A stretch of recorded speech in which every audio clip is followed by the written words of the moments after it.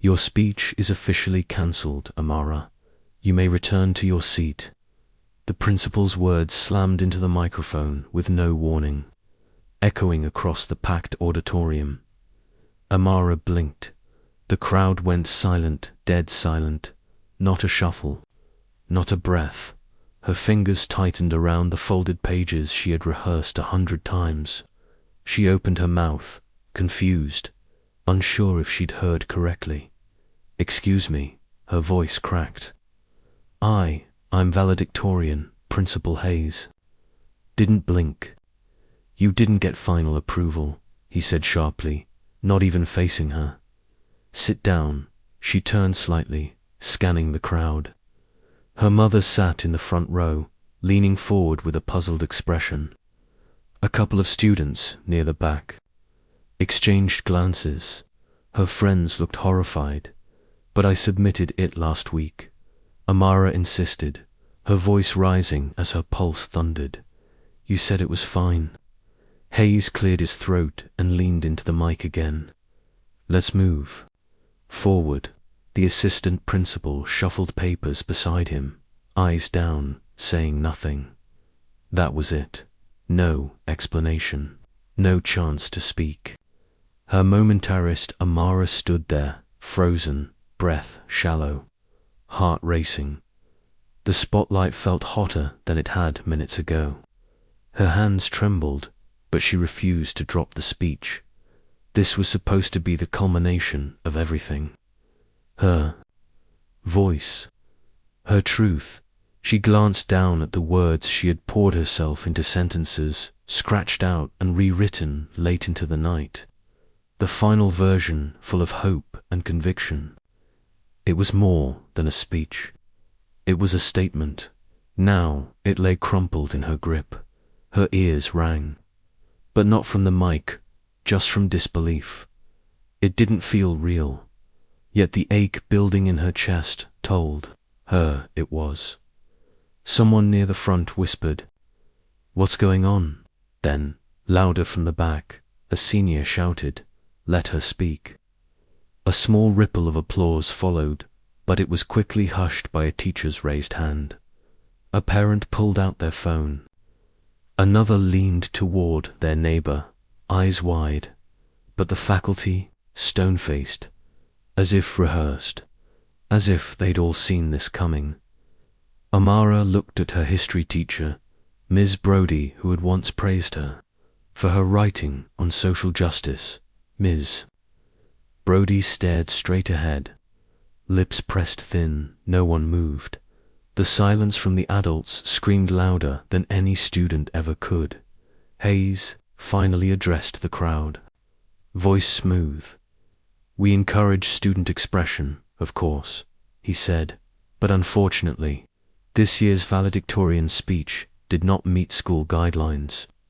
It was overly political for today's event." Politics, that word again.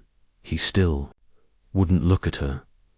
"Please understand, this decision is in the best interest of the ceremony's integrity."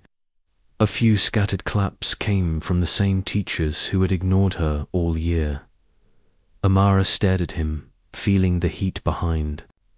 Her eyes rise to a boil. Political was just code. What they meant was uncomfortable, honest, inconvenient. As she turned to leave the stage, applause tried to break through, but it was awkward, scattered, confused. She walked slowly, deliberately. Her eyes burned, but she didn't wipe them. Let them see, let them watch. Her mother reached out from the crowd but couldn't quite touch her. Amara kept walking. Each step felt like fire rage curled beneath her ribs, swelling with every breath. She didn't feel shame. She felt insulted. She felt erased, but not defeated. Her voice returned, not aloud, but inside her own head, not a whisper, a voiceover. "I wasn't just silenced. I was erased. They didn't take away my voice. They tried to pretend it never existed. But what they didn't know." She clutched her speech tighter as she stepped out of view. Who was watching? And somewhere in the back of the room, a camera light blinked red. Still recording. I wasn't just silenced. I was erased. But before that moment on stage, before the mic was taken, before the truth was labeled too much, there was Amara Rivers, 17 valedictorian debate team, captain, AP, everything. The first in her family to earn a full scholarship to an Ivy League school. She didn't get here by fitting in. She got here by fighting to be seen. Teachers called her impressive. Classmates called her intense. But behind every accolade was a girl who knew exactly what she was up against and refused to be quiet about it.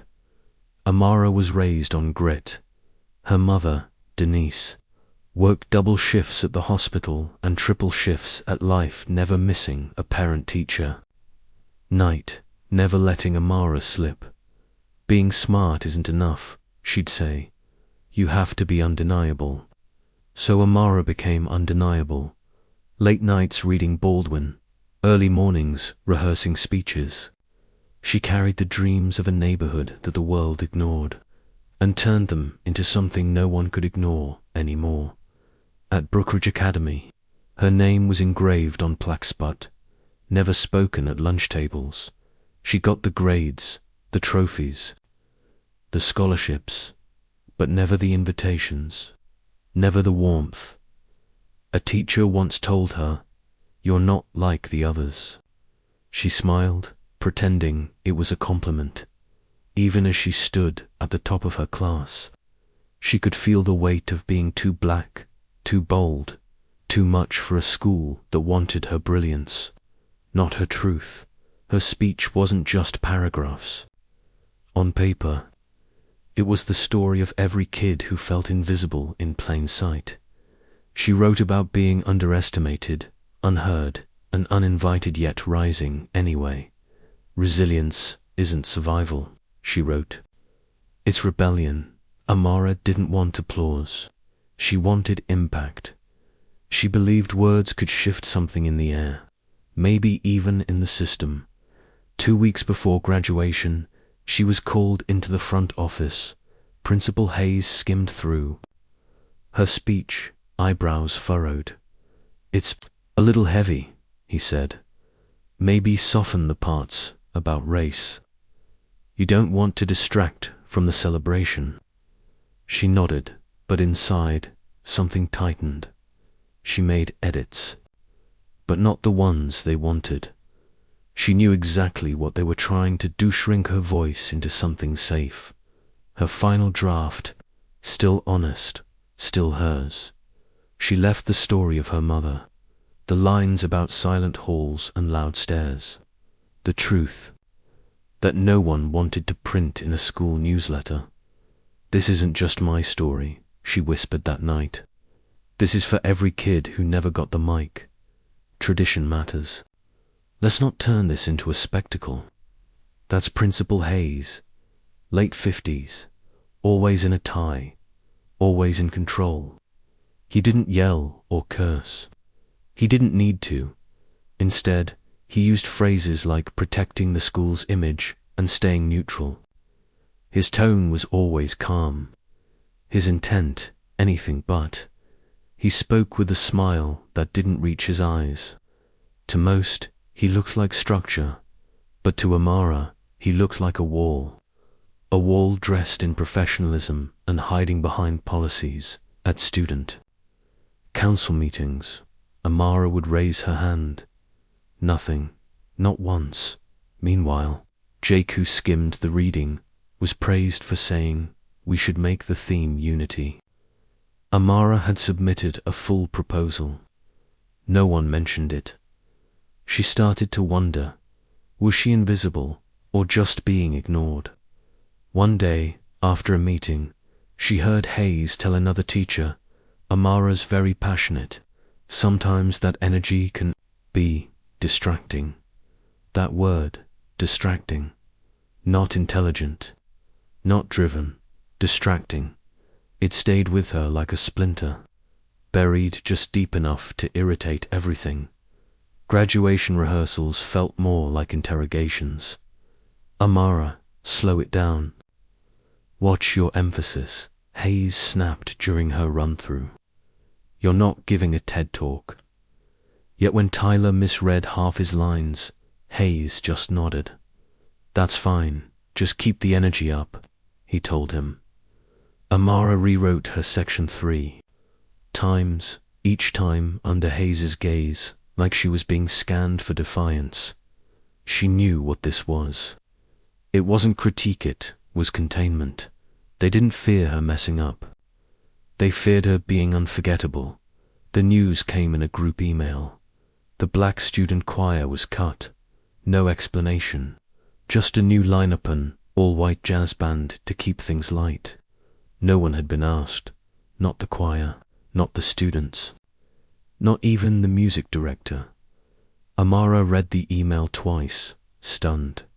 It's not personal, Hayes said when confronted. We just need something more, universally appealing. Universally appealing meant palatable, clean, unchallenging, and apparently, black voices didn't fit that image. Don't make everything about race. Amara, Claire said, casually in the hallway. The same Claire who laughed at Amara's Black History Month poster. The same one who'd never spoken to her until now. But the words weren't really Claire's. They were Hayes's, filtered through the school walls, passed through teachers, and landing in whispers and locker talk. She realized then, racism didn't always show up as slurs. Sometimes it was echoes, quiet repetitions of power, dressed up as advice. Amara sat on her bed that night, the speech in her lap, hands limp. Maybe I should just read what they want, she whispered. Her mum didn't look up from folding laundry. If they're trying to shrink you, it means they're scared of how big you already are. Amara blinked hard. Your words matter, her mum added softly. That's why they're fighting so hard to take them. And just like that, the silence cracked. Not gone, but she wasn't drowning in it anymore. Her heels clicked softly on the stage floor as cheers erupted around her. In the crowd, her mother stood with both hands over her mouth, eyes glassy with pride. Her little brother jumped up and waved, nearly knocking over his program. Cameras flashed. Amara clutched her folded speech like it was a torch. Every step felt like a reward. Years of grinding, late nights, stolen confidence rebuilt one poem, one grade, one truth at a time. This was it, her voice, her platform, her moment. Make us proud, her mother had whispered that morning. But as she reached the podium, a firm hand touched her shoulder. Principal Hayes, clipboard in hand. Eyes cold. Amara, we need to talk, off stage. Her eyebrows lifted. Now. It'll only take a moment. Hayes said, guiding her to the wings with a polished smile that didn't match his grip. Behind the curtain, he glanced at the clipboard. You didn't get final clearance on this version. She blinked. I submitted it twice. You said it was approved after edits. He tapped the paper. This final copy, it wasn't reviewed. Technically, that's a violation of protocol.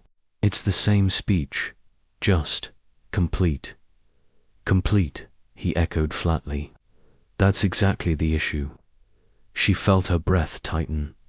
You can return to your seat now, he added without looking at her. We've made alternate arrangements. Her hands trembled around the paper. You're silencing me. We're protecting the ceremony, he replied. He didn't wait for a reply. Hayes turned, adjusted his mic, and walked briskly back into the light. Ladies and gentlemen, he announced, voice smooth and steady. There's been a change to the program. Chatter hushed. A ripple of curiosity swept through the room. Valedictorian speech will not be presented today due to procedural oversight. Gasps, a few confused murmurs. Amara stepped into view, still holding her speech. Her mother's face twisted in confusion. Teachers glanced around uncomfortably. Some students shifted in their seats. "We appreciate your understanding," Hayes concluded. "Let's proceed. No eye contact, no explanation. Just dismissal, dressed in policy, wrapped in authority." And just like that, the most anticipated voice of the evening was muted. But even silence has a sound when injustice stands center stage. "But Amara tried, stepping forward. Hayes raised a hand without turning. "That's enough." His words sliced the air like glass. She stood there, exposed under the lights, as if she were the problem. The speech crumpled slightly in her fingers. "Let her speak," someone shouted. Hayes ignored it. He looked straight ahead, smiled faintly, and said to no one in particular, "Let's keep things respectful." And that was it. Her voice reduced to background noise. Her words discarded before they were even heard. The pain didn't come from what was said. It came from what was stolen. Whispers swelled into waves. "What just happened?" someone whispered. "He cut her off. She's the valedictorian." A few students stood up, clapping slowly, defiantly. One girl near the back shouted, "Amara, we love you." Others stayed frozen, torn between support and self-preservation. A few lowered their heads, avoiding the moment altogether. A teacher at the side waved for everyone to stay calm. "Phones away," he barked. No recordings, but it was too late. A boy in the third row already had his phone out. He wasn't stopping. Neither was the girl behind him. What started as betrayal began morphing into exposure. People weren't just seeing injustice, they were capturing it. A parent stood near the aisle, phone raised high. "Ma'am, please," a teacher warned. She didn't flinch. "This is wrong," she said. The teacher reached toward the phone, but the woman stepped back, steady hands, never dropping. "Let the world see this," she added. "Let them see what silence looks like." Every second she filmed was a protest. Not loud, not aggressive, just honest, and sometimes honesty is the loudest thing in the room. What Hayes failed to understand was this: censorship may win the moment, but the camera doesn't blink, and the internet doesn't forget. Amara walked slowly. The cheers, the tension, the whispers, they all blurred into static. Her eyes burned, not from sadness, from fury. Her fists clenched at her sides, knuckles white around the speech she was never allowed to read. "You okay?" a student whispered as she passed. She didn't answer because she wasn't. Not yet, but somewhere between humiliation and heat. Something else began to rise. Not shame, conviction. She didn't get her moment tonight, but she'd make sure they never forgot it. "Did you see this?" The video lit up timelines before the school's lights even shut off, in the grainy footage. Amara's speech in hand being silenced mid-sentence by Principal Hayes. Her stunned expression, the smirk on his face, the tension in the crowd. It played again and again, stitch after stitch, caption after caption. This isn't just a speech, it's a shutdown. Overnight, it spread from local TikToks to Twitter threads, from class group chats to influencer accounts. Comment sections exploded with disbelief. This is why we need to talk about institutional racism. This right here, unacceptable. Tag every news outlet you know. Let's get her voice heard. The clip they tried to bury became the spark no one could put out.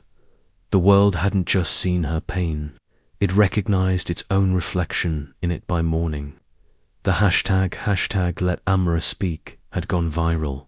Everyone from student activists to celebrities was reposting the video with outrage. Influencers called it the most heartbreaking clip of the year. Local news picked it up. National media followed. Even strangers began tagging the school district, demanding accountability. Students posted stories of their own moments they'd stayed quiet, moments they wished they hadn't. Amara is all of us, one tweet read. She deserves the mic, not the silence. Within 24 hours, Amara's name was trending alongside headlines about racial injustice and censorship in schools. Her silence had started a movement, and for the first time in days, she didn't feel alone. Late that night, someone leaked the full version of her original speech. It hit YouTube, Reddit, and Instagram within minutes. It wasn't flashy, just text on screen, but every word carried weight. They told me to tone it down. I told them truth doesn't come in lowercase. People were flawed. Comments flooded in. Goosebumps. This is why they tried to stop her. Every black student needs to hear this. Educators began sharing it in classrooms. Activists reposted it with tears in their eyes. The very message they feared. It was being recited like poetry, quoted in protest signs, turned into captions, memes, and rally cries. They hadn't stopped. Her voice, they'd amplified it. The DMS started rolling in. Podcast hosts, student leaders, journalists, everyone wanted to hear from the girl who'd been cut off, mid-sentence, and still made the world listen. She ignored most of it still, reeling from everything. But one name stopped her cold. Pharrell Williams, The message was short. I saw what happened. That was wrong. You've got something real to say, come. Say it on my stage, LA, this weekend. My team will handle the rest. She stared at the screen, barely breathing. Not long ago, they took her mic down now. Someone powerful was handing her another one. Lax buzzed around her. But Amara barely registered it. She sat with the same folded paper in her hands. The same speech they told her to cut. The same truth, they said, was too much now. It is being carried into one of the biggest shows in the country. Backstage, she tried not to panic. A staff member waved her forward, and then he appeared. Pharrell smiled and stepped beside her. "Ah, you nervous?" She nodded, lips tight. "That speech," he said. "I read it 3 times. Still hits." She looked up, heart pounding. "This is your moment now," he said, placing a mic in her hand. "Take it." And just like that, the weight of silence began to shift. The roar of the crowd spilled through the curtains. Lights, energy, thousands of people waiting, but all Amara could hear was her heartbeat and the echo of Principal Hayes saying, "You can return to your seat now." Only this time, she wasn't stepping down. Pharrell leaned close. "No one's cutting you off here." She stepped forward, fingers tightening around the mic. The same speech, still crinkled, still real, rested in her other hand. The stage lights flared. The crowd hushed. Amara took a breath. Not the kind you take before reading, but the kind you take before reclaiming everything that was stolen. And in that moment, the silence she had once drowned in, it bowed to her voice. "You ready?" Pharrell asked. Amara nodded, stepping forward. The spotlight wasn't unfamiliar, had just never been hers on her own terms. She unfolded the speech. Same words, same truth, but this time, no clipboard. No interception, just a mic, and a silence waiting to be shattered. My name is Amara Rivers, and I have something to say. Her voice rang clear. Every sentence once deemed too political now met with thunderous applause. The same message they tried to bury now echoed across stadium speakers and social feeds. We weren't born to be quiet. We were trained to survive in silence. But today, we speak. Phones streamed it live. TikTok stitched it. News outlets ran the headline. Teen silenced at graduation speaks at Pharrell's. Show millions listen. By the end, the crowd was on their feet, some crying, some cheering, all witnessing a moment too powerful to ignore. The backlash was immediate. Parents called the school board. Reporters flooded inboxes. Protests formed outside campus gates. Principal Hayes placed on immediate leave. The district released a statement. We deeply regret the incident involving Amara Rivers. We are reviewing our graduation speech policies. But the apology came too late. The internet doesn't forget, and neither did the students who'd seen too much for too long. Amara's courage cracked the dam. Other students began sharing their experiences, being ignored, dismissed, erased. One post read, "I've stayed quiet for years. Amara made me realize I don't have to anymore." From Twitter threads to school newspaper op-eds, a chorus was forming, one that couldn't be muted. The silence had become contagious, but now, so had the courage. A week later, Amara announced her full-ride scholarship to Howard University and the launch of her new project, Louder Now, a platform for students silenced by systemic bias. She ended her speech with a line that left an imprint. They took away my mic, but they forgot my voice was never theirs to take. What if that mic had been snatched from you? What if your truth, your moment, was taken in front of everyone you loved? Now ask yourself, what would you have done? Should schools have the right to silence students speaking uncomfortable truths? Do policies justify censorship or just hide it? Drop your thoughts in the comments. Your voice matters more than you think. Story moved you? Don't just watch, share it. Like, comment, subscribe. These stories don't spread unless you help them reach someone who needs to hear them. One voice sparked a movement. Let's make sure no one else gets silenced. Not anymore.